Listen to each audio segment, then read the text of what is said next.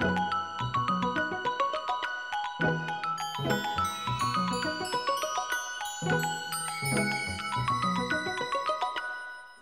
do y'all feel about that? Sleeping on the back as versus the stomach.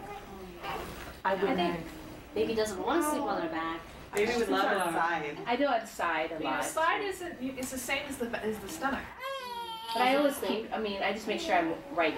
Well, that's like a different issue. Oh, yeah. okay. Yeah. But side lying is not an advantage. It's not an advantage. It's back. Back is what is shown to reduce SIDS, not side. Right.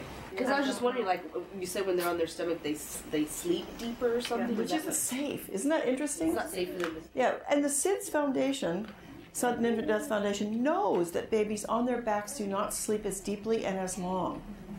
But that's the protective piece, evidently. At what point can you put them on their stomach? When they flip. When they roll themselves around. When they're rolling. The other theory, there's many, nobody knows for sure what the trigger is, but there's a lot of theories. One of which is that when babies are on their stomachs, they build up this pocket, if you will, of carbon dioxide. And that if a baby is vulnerable to SIDS, and we don't know who those babies are, and they're caught, if you will, in this pocket, that it may trigger the event. Oh. And when they're on their backs, and they've got all this open air, they're much less vulnerable. But that, again, it's a theory. Nothing's been proven. But boy, I get it, Misty.